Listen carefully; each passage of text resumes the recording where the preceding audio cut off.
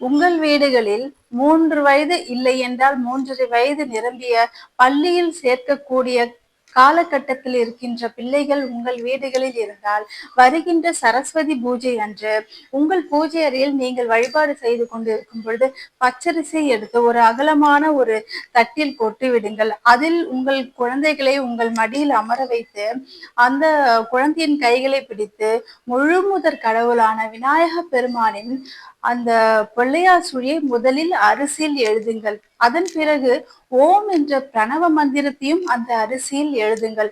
அதன் பிறகு உயிரெழுத்து, மெய்யெழுத்து, ஆ, கா இந்த எழுத்துக்களையும் அதில் எழுதுங்கள்.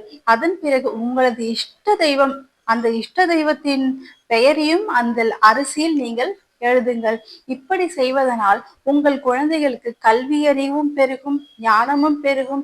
அது மட்டுமின்றி சரஸ்வதி தாயாரின் முழு அருளையும் அந்த குழந்தைகள் பெறுவார்கள் என்பது ஐதீகம்.